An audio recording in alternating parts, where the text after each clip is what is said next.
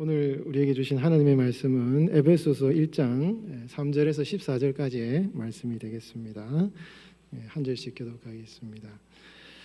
찬송하리로다 하나님 곧 우리 주 예수 그리스도의 아버지께서 그리스도 안에서 하늘에 속한 모든 신령한 복을 우리에게 주시되 곧 창세전에 그리스도 안에서 우리를 택하사 우리로 사랑하면서 그 앞에 거룩하고 흠이 없게 하시려고 그 기쁘신 뜻대로 우리를 예정하사 예수 그리스도로 말미암아 자기의 아들들이 되게 하셨으니 이는 그가 사랑하시는 자 안에서 우리에게 거저 주시는 바 그의 은혜의 영광을 찬송하게 하려는 것이라. 우리는 그리스도 안에서 그의 은혜의 풍성함을 따라 그의 피로 말미암아 속량 곧 죄사함을 받았느니라. 이는 그가 모든 지혜와 총명을 우리에게 넘치게 하사 그 뜻의 비밀을 우리에게 알리신 것이요 그의 기뻐하심을 따라 그리스도 안에서 때가 찬 경륜을 위하여 예정하신 것이니 하늘에 있는 것이나 땅에 있는 것이 다 그리스도 안에서 통일되게 하려 하심이라. 모든 일을 그의 뜻의 결정대로 일하시는 이의 계획을 따라 우리가 예정을 입어 그 안에서 기업이 되었으니 이는 우리가 그리스도 안에서 전부터 바라던 그의 영광의 찬송이 되게 하려 하심이라. 그 안에서 너희도 진리의 말씀 곧 너희의 구원의 복음을 듣고 그 안에서 또한 믿어 약속의 성령으로 인치심을 받았으니 이는 우리 기업의 보증이 되사 그 얻으신 것을 속량하시고 그의 영광을 찬송하게 하려 하심이라. 아멘. 그의 영광을 찬송하게 하려 하심이라 제목으로 말씀을 전하겠습니다. 하나님께서는 우리 성도 여러분 한 분 한 분을 이제 그리스도 안에서 창세전에 하나님께서 우리를 택하셨다 이렇게 말씀을 하고 있습니다.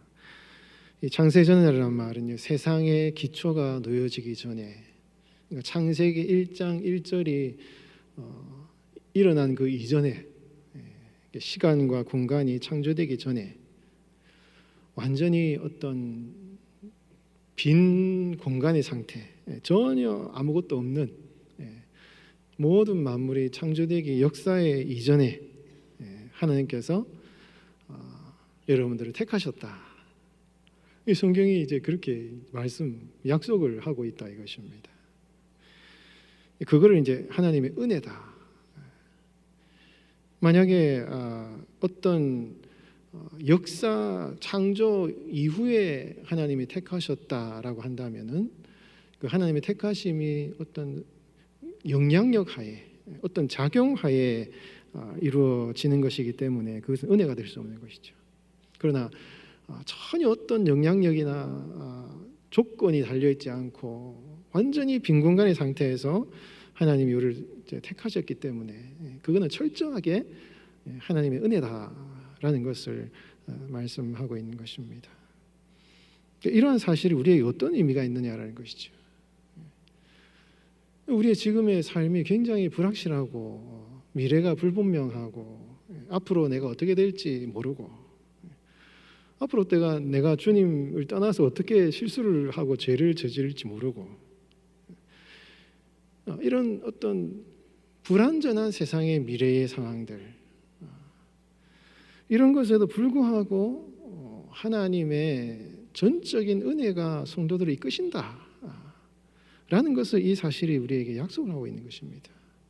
그러니까 하나님의 역사 이전의 선택을 통하여서 우리 성도들이 이 땅을 살아가는 이 삶의 현실이 무의미한 것이 아니라 찰나적인 것이 아니라 그냥 왔다가 없어지는 것이 아니라 그 영원하신 하나님의 계획 가운데 깊이 뿌리를 내리고 있기 때문에 성도의 삶의 의미에 대해서 약속하는 말씀이 되는 것이죠. 오늘날 전쟁이나 기근이나 이런 상황 가운데 태어나면서 바로 죽음을 맞이하는 아기들이 있고 억울하게 죽는 이 세대에 많은 사람들이 있고 이 세상에 우리의 현실적인 상황으로 판단할 때는 굉장히 부조리한 상황들이 많다 이것이에요. 어떻게 이런 일이 날 수 있을까? 태어나자마자 죽는 아이들은 또 어떻게 우리가 생각을 해야 되는 것입니까? 이런 우리의 생각으로는 이해할 수 없는 그런 인간의 존재의 의미에 대한 질문들이 많다 이것입니다. 굉장히 철학적인 질문이거든요. 그런데 그 모든 것을 압도하는 어떤 성경의 진리가 이것입니다. 그 사람의 어떤 선택이나 판단이나 결정에 상관없이 하나님께서 그 한 영혼을 택하셨다는 이 사실이 인간의 모든 부조리하고 허무한 사실에 대한 하나의 대안이 되는 것이죠. 여러분들도 인생을 살아가면서 예수님을 믿고 살아가지만은 병들고 고통당하고 실패하고 지금도 여전히 우리 성도들 가운데는 육신의 질병으로 정말 너무너무 고통스러운 시간을 보내는 성도들이 많다 이것이죠. 그런 성도들의 삶의 여정들에 대해서 우리가 어떻게 결정하고 판단해야 되느냐는 것입니다. 그것이 그렇게 힘들고 참 왜 이 허무한 인생을 살아가느냐라는 이런 생각을 할 수도 있겠지만 우리 눈에 보이는 이 땅에서의 삶의 현실이 전부가 아니라는 사실, 창세전에 우리의 존재가 하나님의 품 안에 있었고 그 긴 하나님의 역사의 흐름 속에서 우리의 이 땅에서의 존재가 의미지어진다라는 것을 말씀하고 있기 때문에 인간의 육신적인 현세적인 삶의 모든 허무함을 극복하는 성경의 진리가 바로 이 진리예요. 우리 이걸 믿어야 되는 것입니다. 불안하고 미래를 알 수 없는 우리 성도들의 삶을 향한 하나님의 영원하신 그 계획과 인도하심에 대한 약속의 말씀이 창세전에 하나님께서 여러분들을 택하셨다라는 하나님의 약속의 말씀이 의미가 된다 이것입니다. 내가 태어나지도 않았는데 어떻게 하나님이 나를 택하셨냐? 나는 내 부모가 이렇게 나를 뱃속에 모태에 잉태했을 때 내가 존재한 것이 아닌가 라고 우리는 우리의 과학적인 오늘날 시대 정신으로 그렇게 생각할 수 있습니다. 그러나 이건 성경의 진리하고 반대되는 것이에요.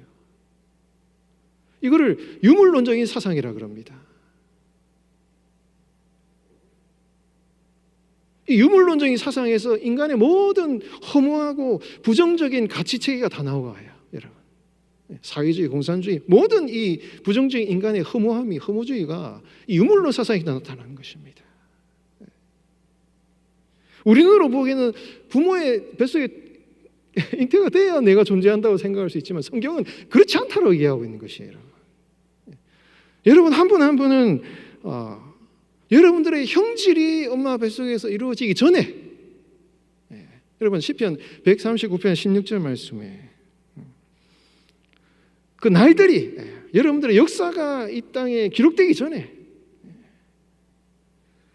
어떤 아무런 역사의 상황들이 일어나기 전에 모든 것이 기록되기 전에 그 역사를 그 시간을 하나님이 정하셔서 정하셨다는 말이 여러분 창조하셨다는 말이거든요. 창세기에 나온 창조의 단어입니다. 그러니까 나를 기록되기 전에 날들을 창조했다는 말은 날들을 정했다는 말은 하나님께서 그 역사와 시간을 이미 창조하셨다 이런 의미를 가지고 있습니다. 시편 139편 16절에 보면. 그러니까 이거는 모든 인간의 역사와 여러분들의 개인적인 인생의 삶 자체가 이 땅에 태어난다고 해서 시작되는 것이 아니라 하나님의 그 설계도, 하나님의 계획하심 안에는 창세전에 이미 계획된 하나님의 계획 안에 있다. 이게 안 믿어지는 것 같아도 성경이 그렇게 약속하니까 이걸 믿어야 된다고 성경이 말씀하고 있는 것이에요. 여러분, 여러분들의 인생과 삶이 그렇게 창세 전에 하나님께서 하나님의 아이디어 속에, 하나님의 계획 속에, 하나님의 설계도 속에 이미 계획되어지고 설계되어져 있다. 이 사실을 여러분 확신하시고 믿으시길 바랍니다. 그게 있을 때 우리가 여러분 이 땅에서의 삶을 말씀을 붙들고 그 허무함을 극복해 나갈 수 있는 거예요. 인생의 의미를 우리가 깨달을 수 있는 것입니다. 불안해하지 않고 우리의 미래를 주께 맡길 수가 있는 것이죠. 거기에서 소망이 생기는 것입니다. 설령 우리가 이 땅을 살아가면서 하나님이 우리를 이 땅에 이제 하나님의 설계도가 있었고 그 계획에 따라 이 땅에 우리가 태어나서 인생을 살아가면서 어떻게 보면 그 태어난 순간부터도 우리의 형상이 깨어지는 그런 환경과 상황을 만날 수도 있습니다. 태어난 순간부터. 그리고 살아가면서도 그 하나님의 형상이 깨어지고 부서지고 파괴되는 상황들을 계속 만날 수도 있습니다. 참 안타깝죠. 어떻게 이러한 깨어진 이런 영과 육의 상황을 만나서 이런 삶을 살아갈 수가 있겠는가라는 이런 참 허무한 생각을, 절망적인 생각을 할 수밖에 없는 그런 상황을 만날 때에도 그런 삶 한 분 한 분의 삶도 하나님의 그 창조의 섭리 안에서 그 사람이 계획되어지고 그 인생이 하나님의 뜻 안에 있다라는 것을 믿는 것이에요, 여러분. 이게 성경의 진리인 것입니다. 이게 놀라운 하나님의 은혜를 우리가 선포하고 있는 것이에요. 그러니까 이거를 믿고 여러분, 한 영혼이 얼마나 하나님의 뜻 안에서 소중한 존재인지 이러한 하나님의 약속의 진리가 있기 때문에 여러분 한 분 한 분이 정말 아무리 작고 연약해도 우리의 형상이 깨어진 존재라도 한 영혼 한 영혼이 주님의 그 계획하신 뜻 가운데는 너무너무 소중한 존재인 것이죠. 거기에 우리의 인생의 의미가 있다 이것입니다. 여러분, 건축가가 집을 지을 때 그냥 짓습니까? 집을 지을 때 그냥 짓지 않아요. 반드시 설계도를 만듭니다. 창세전에 하나님이 여러분들의 인생을 향한 설계도를 다 만들어 놓고 있었다 이거예요. 여러분. 설계도를 다 만들어 놨어요. 이 사람은 내가 이렇게 만들고 이렇게 사용해야지. 설계도를 다 가지고 있는 거예요, 하나님이. 그래서 드디어 하나님이 설계도에 따라서 집을 만드신다. 집을 만드는데 집이 그냥 있습니까, 여러분?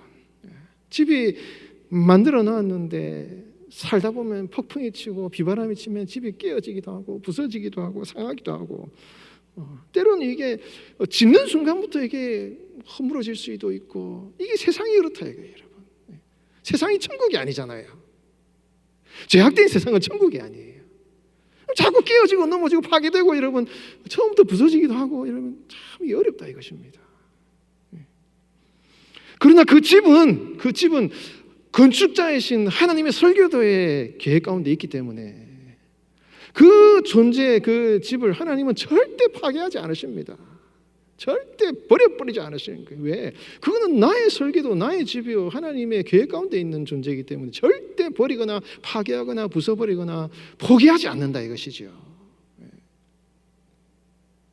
다시 건축하셔요. 다시 새 창조, 리모델링, 리뉴얼을 하시는 거예요.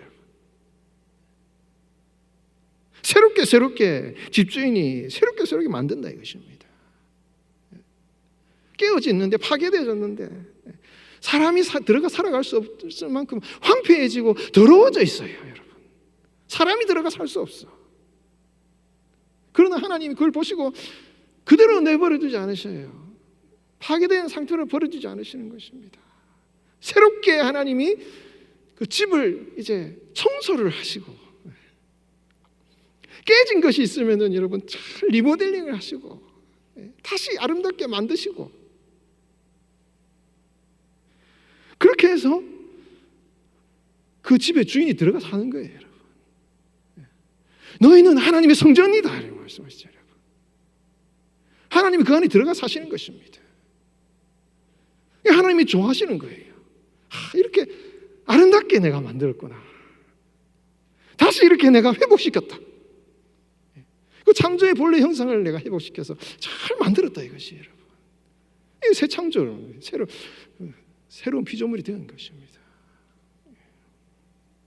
그래서 그 집을 만들고 여러분 그냥 있는 것이 아니라 그 집에 사람들을 초청하시는 거예요. 사람들을 하나님이 이렇게 잘 만들어서 이렇게 아름다운 집을 만들어서 거기에 상처받은 자, 고통당하는 자, 괴로움 당하는 자, 그 사람들을 그 집에 잘 초청하시는 거예요.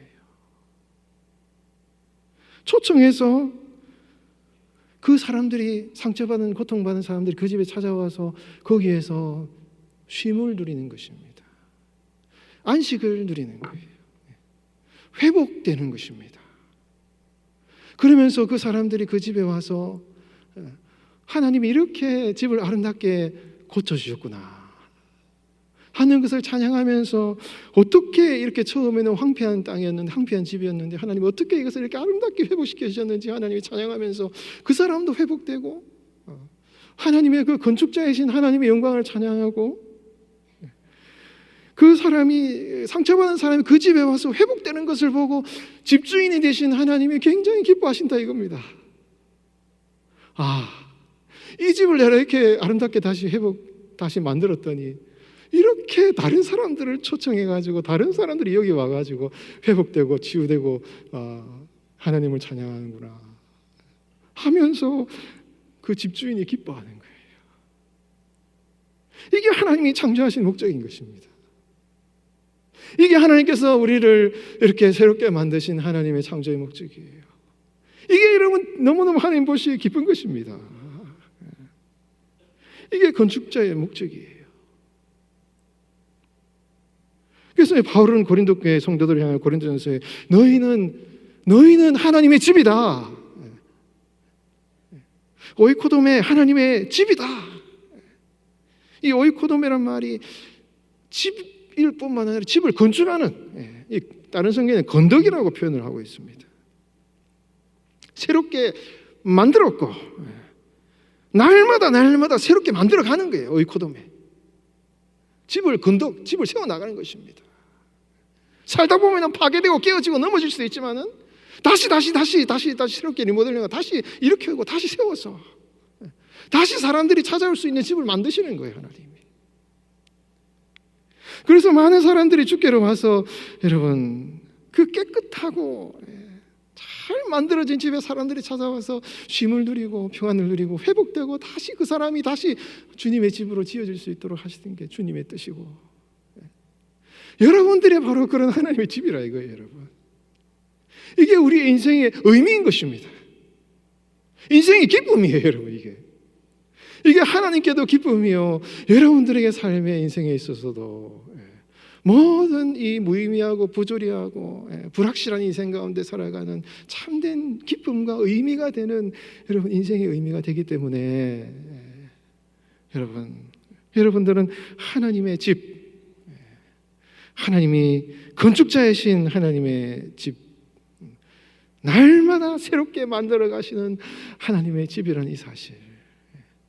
그래서 그렇게 아름답게 지어졌을 때 여러분 아름답게 지어졌을 때 여러분 사람들이 거기에 찾아와요, 여러분. 우리가 여러분 하나님의 일을 한다는 게 여러분들 인생을 불태워까지 다 파괴시키면서 하나님의 일을 하는 게 아닙니다. 이거 오해하시면 안 돼요. 성도들의 집은 아름답게 지어져야 됩니다. 아름답게 지어져야 돼요. 건강하게 아름답게 참 아름답게 지어져야 됩니다. 그래야 하나님의 영광을 나타낼 수 있습니다. 죄를 짓는 것은 우리 집을 파괴해버리는 거예요, 여러분. 우리 인생의 집을 파괴하는 것입니다. 그리고 그 집을 잡동사니로 가득 채워버리는 거죠. 나의 용심과 나의 욕망과 나의 어떤 잘못된 가치관으로 가득 채워버리면 집을 여러분 잡동사니를 채워버리는 거예요. 그러나 여러분 예수님께서는 자기를 비우라고 말씀하시잖아요. 비워야 깨끗하게 청소를 해야 여러분 깨끗하게 청소를 해야 여러분 거기에 하나님이 다 들어가시고 다른 사람이 찾아온다 이것이 여러분. 아름답게 짓고 나를 비우고 그리고 다른 사람들을 내 삶에 초청하는 것입니다. 이게 여러분 나를 부인하고 나를 비우고 다른 사람의 그 짐을 내가 지는 것이죠. 이게 여러분 성도가 하나님의 영광을 나타내는 삶의 모습인 것입니다. 여러분, 너희는 하나님의 밭이요 하나님의 집이다 이렇게 말씀하고 있습니다. 여러분, 시냇가에 심은 나무가 철을 따라 과실을 맺으며 그 잎사귀가 마르지 아니한 같다.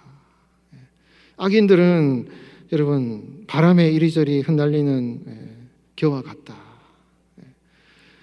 창세전에 우리를 예정하시고 계획하신 택하신 하나님의 그 깊은 섭리의 말씀의 약속 가운데 우리의 인생을 깊이 뿌리내린 사람, 인생의 찰나적인 삶의 이 상의 삶에 이리저리 흔들리는 삶이 아니라 약속의 말씀, 그 깊은 하나님의 진리의 말씀에 깊이 뿌리를 내리는 거, 이게 여러분 시냇가에 심은 나무거든요. 그러면 여러분 열매를 맺는 거예요. 가지가 무성해지는 거예요. 그 가지에 그 여러분 광야에 그 햇빛이 막 찌는 광야에 그늘이 탁 찌면 새들이 모이고 사람들이 와서 그 아래 쉬는 것입니다. 바람이 흘러다니는 겨는 절대로 사람들이 거기에 와서 쉴 수 없어요. 그러나 깊은 뿌리를 내린 이 시냇가에 심은 나무는 그늘을 만들기 때문에 사람들이 그 아래 와가지고 쉰다 이것입니다. 이게 우리 성도의 축복이에요. 이게 성도들의 삶의 가장 복된 삶인 것입니다. 얼마나 이것이 복된 삶인지 몰라요. 그것이 바로 하나님의 영광을 나타내는 삶, 주님의 뜻을 이루는 삶이라 이것입니다. 정말 그것이 복된 삶이기 때문에 여러분 창세전에 여러분들 한 분 한 분을 택하신 그 하나님의 뜻, 택하심의 목적, 그 하나님의 그 의도를 여러분 깊이 마음에 새기시고 여러분들의 그 집을 여러분들의 집을 깨끗하게 여러분 주님께 드리시고 주님을 온전히 모셔드리시고 주님의 영광을 위해서 드릴 수 있는 그런 삶을 살아가시기를 바랍니다. 여러분 우리 자녀들도 이번에 수능을 치고 이제 수능을 쳤지만은 사람들은 누구나 이렇게 자기 나름대로의 꿈이 있어요. 자기가 하고 싶은 게 있습니다. 근데 이렇게 가만히 사람들이 나는 좀 이런 걸 하고 싶다, 이런 걸 내가 하면서 세상을 살아가고 싶다는 나름대로 자기 나름대로의 꿈과 여러분 소망하는 게 있어요. 내적인 욕구가 있습니다. 사람마다 다 나는 이런 걸 하고 싶다, 저런 걸 하고 싶다, 이런 걸 하면서 인생을 살고 싶다는 욕구가 있어요. 근데 가만히 보면 그거를 그 사람이 추구하는 것들을 가만히 살펴보면 대부분 그들의 어떤 욕구와 인생에 하고 싶어 하는 그 욕구들이 대부분 그 동기가 깊이 여러분 분석을 해보면은 그게 보면은 대부분이 어떤 가정적인 환경적인 요인이나 그 사람의 어떤 과거의 경험이나 부정적인 어떤 영향일 수도 있고 뭐 혹은 긍정적인 영향일 수도 있고 어떤 그의 어떤 인생의 경험에서 온 것일 수가 많습니다. 그래서 때로는 그것이 어그러진 것일 수 있고 부정적인 것일 수도 있어요. 이게 여러분 사람들이 그게 이제 때로는 욕망으로 나타나기도 하고, 근데 세상의 어떤 자신의 인생의 목표를 위해 살아가는 걸로 나타나기도 된다 이것입니다. 근데 이게 하나님의 뜻과 하나님의 계획하심과 일치하면은 문제가 안 돼요. 그러나 이것이 완전히 일치하기 불가능하거든요. 예수님은 여러분 하나님의 아들이시기 때문에 처음 태어나실 때부터 100% 예수님의 의도와 계획과 욕구와 목적은 전부 하나님의 뜻을 위해서 살아가는 그런 분이셨습니다. 예수님은 그런 갈등을 느낄 필요가 없는 거죠. 그러나 우리 성도들은 예수님이 아니기 때문에 내가 하고 싶은 거하고 하나님의 뜻하고 갈등 충돌이 계속 일어나요. 여러분 어쩔 수가 없습니다. 갈등과 충돌이 일어나기 때문에 이게 어떻게 보면 우리가 성도의 신앙생활이라는 것이 내가 하고 싶은 것과 하나님의 뜻을 조율하는 이런 과정이기 때문에 계속 갈등이 일어난다 이것입니다. 근데 여러분 우리가 생각할 것은 이게 이런 갈등이 일어나는 경우가 있을 할지라도 여러분 하나님께서는 우리 성도들의 어떤 욕구와 내적인 욕망에 대해서 그것을 완전히 멸시하거나 파괴시키거나 이거를 무시하면서 하나님의 일을 하시는 것이 아니라 그 과거의 경험과 형성된 내면적 욕구들이 하나님의 은혜 안에서 긍정적으로 바뀌게 하심으로 그거를 주님의 은혜 안에서 하나님의 뜻 안에서 승화시켜 주심으로 그렇게 하심으로 하나님의 일을 하시거든요. 그러니까 이거를 우리가 은혜라고 말하는 것입니다.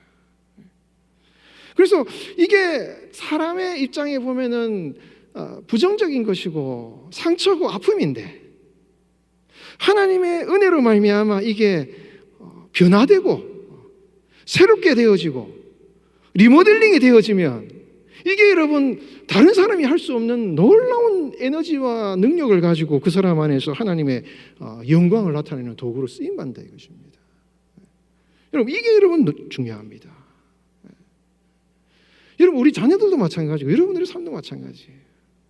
하나님은 우리가 과거에 겪었던 삶의 경험들을 무시하지 않으시고 그거를 새롭게 변화시키셔서 파괴하지 않으시고 리모델링 하셔서 하나님의 일을 하시거든요. 그러니까 여러분 우리가 지금 여러분들의 어떤 삶의 지금까지 살아오신 삶의 과거의 경험들이나 그런 욕구들이 자녀들도 마찬가지입니다. 그것을 어떻게 하나님께서 새롭게 하셔서 주님의 일을 하시는가를 기대할 수 있어야 된다 이것이지. 이게 하나님의 일을 하시는 하나님의 영광의 도구가 된다 이것입니다. 여러분 오늘 본문 말씀에 보면은 하나님께서 우리 성도들을 위해서 어떻게 구원의 역사를 이루셨는가라는 것을 말씀하고 있죠. 우리 3절 말씀을 우리 같이 한번 읽어보겠습니다. 3절 시작. 찬송하리로다 하나님 곧 우리 주 예수 그리스도의 아버지께서 그리스도 안에서 하늘에 속한 모든 신령한 복을 우리에게 주시되. 그러니까 이 3절부터 14절까지의 말씀은 여러분 한 문장이에요. 여러분 성경에서 제일 긴 문장일 수 있습니다. 제일 긴 문장인데 이 하나로 된 문장이 하나님을 찬양하는 내용이에요. 찬송하리로다. 하나님을 찬양하는 그 내용인 것입니다. 근데 어떻게 찬양하시느냐? 3절부터 14절까지가 성부, 성자, 성령의 사역을 말씀하시네요. 성부 하나님이 어떻게 우리 구원을 위해서 어떻게 일하셨는지, 성자 예수님이 어떻게 하셨는지, 성령 하나님께서 어떻게 일하셨는지를 구원의 섭리를 어떻게 하셨는지를 설명하면서 그 후렴구와 같은 표현들을 반복해서 이 얘기를 하고 있습니다. 성부 하나님이 어떤 일을 하셨는가를 얘기하면서 6절 말씀의 하반절에 보면은 그 은혜의 영광을 어떻게 한다? 찬송하게 하려 한다. 그 목적을 얘기를 하고 있어요. 찬송하게 하려 합니다. 그 다음에 성자 예수님의 그 일을 말씀하시면서 12절에 보면 그의 영광에 찬송이 되게 하려 하심이라 이렇게 말씀하고 14절도 끝에 보면 성령 하나님이 말씀하시면서 그의 영광을 찬송하게 하려 하심이라 이렇게 설명하고 있다. 그러니까 성부, 성자, 성령의 역사하심을 설명하면서 그 하나님의 구원의 목적이 의도가 무엇이냐, 구원받은 백성들로 하여금 하나님의 영광을 찬송하게 하기 위함이다 하고 이제 말씀을 하고 있다 이것입니다. 여러분 건축가이신 하나님께서 여러분들을 하나님의 아름다운 집으로 만드신 목적이 바로 하나님의 영광을 찬송하기 위함이다 라고 말씀하고 있는 것입니다. 5절 말씀에 보면 그 기쁘신 뜻대로 우리를 예정하사 예수 그리스도로 말미암아 자기 아들들이 되게 하셨다. 아들들이라는 것이 양자를 말해요. 원래 육신적인 아들이 아닌데 입양을 해서 아들을 삼으신 거예요. 그런데 속량을 하신 것이다. 그 당시 로마 사회는 노예를 이제 돈을 주고 사와서 이제 그 귀족들이 노예를 돈 주고 사와서 아들로 삼는 이런 이제 일이 있었기 때문에 아마 이걸 얘기하는 것 같은 거죠. 노예 신분에서 돈을 사서 아들로 삼는 근본적인 존재의 변화를 일으키신 것입니다. 그런 일을 하셨다 이것이죠. 성자 예수님께서 그런 일을 하셨고 성령 하나님께서는 13절 말씀에 여러분 13절 말씀 같이 한번 읽어볼까요? 13절 13절 한번 보여주세요. 시작. 그 안에서 너희도 진리의 말씀 곧 너희의 구원의 복음을 듣고 그 안에서 또한 믿어 약속의 성령으로 인치심을 받았으니. 성령은 어떻게 보면 도장을 찍는 구원의 확실성을 보장하는 분이신 거죠. 14절에 보면 이는 우리 기업의 보증이 되사 그 얻으신 것을 속량하시고 그 영광을 찬송하게 하려 하심이라. 기업의 보증이시다. 이 보증이란 말이 계약금을 거는 걸 말해요. 집을 살 때 계약금을 걸어서 확실하게 이걸 보장하겠다라는 의미를 가지고 있다라는 것입니다. 이런 모든 하나님의 계획하심과 구원의 섭리는 우리 성도들을 구원하셔서 하나님의 영광을 찬송하게 하는 그런 일을 하게 하시는 하나님의 뜻과 목적을 가지고 있다 이것입니다. 여러분, 하나님께서는 우리를 하나님의 집이라고, 하나님의 밭이라고 말씀하셨습니다. 밭은 땅을 말해요. 땅.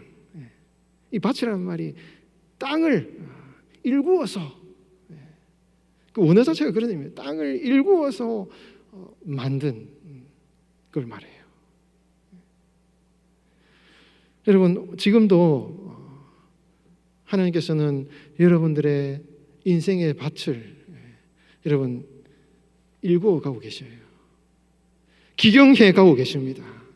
집을 세워 가고 계십니다. 왜? 하나님의 영광을 나타내기 위해서, 그 하나님의 목적을 위해서, 하나님의 뜻을 위해서. 지금도 하나님이 여러분들의 삶에 그런 새 창조의 역사, 새롭게 땅을 기경하시는 역사를 이루신다 이것입니다. 여러분들의 인생의 집을 아름답게 여러분 가꾸어 나가시기 바랍니다. 여러분들의 인생의 집을 아름답게 가꾸어 나가셔야 해요. 그게 하나님의 영광을 나타내는 것입니다. 그렇게 아름답게 가꾸셔서 사람들을 품어주시고 받아주십시오. 그리고 여러분들의 인생의 밭을 아름답게 여러분 기경해 나가시기 바랍니다. 하나님이 좋은 식물을 자라게 하실 거예요. 좋은 풀과 나무가 자라게 하실 것입니다. 그래서 거기에 사람들이 찾아올 것입니다. 그러면 그 모습을 통해서 하나님이 영광을 받으셔요. 그게 바로 하나님의 영광을 찬송하는 여러분들의 모습인 것입니다. 여러분, 하나님의 집, 아름다운 하나님의 집, 하나님의 밭으로 가꾸어지시는, 세워지시는 여러분들의 삶이 되시기를 주님의 이름으로 축원드립니다.